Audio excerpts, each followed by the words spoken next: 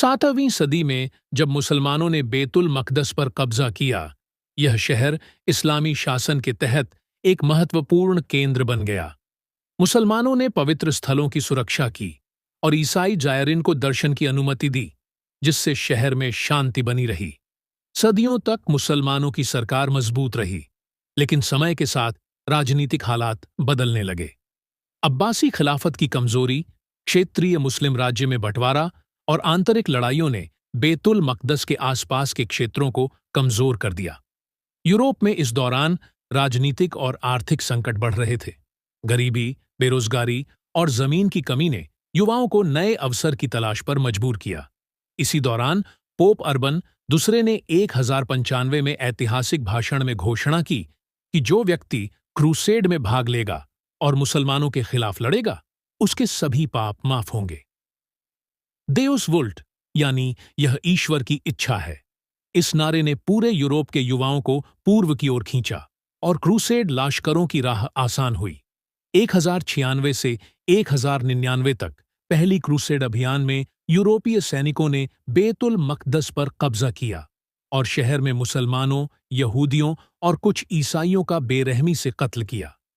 शुरू में मुसलमान बिखरे हुए थे, लेकिन बाद में महान नेता सामने आए। इमादुद्दीन जिंगी और नूरुद्दीन जिंगी ने क्रूसेड सेना के खिलाफ प्रतिरोध को संगठित किया और मुस्लिमों में एकता पैदा की।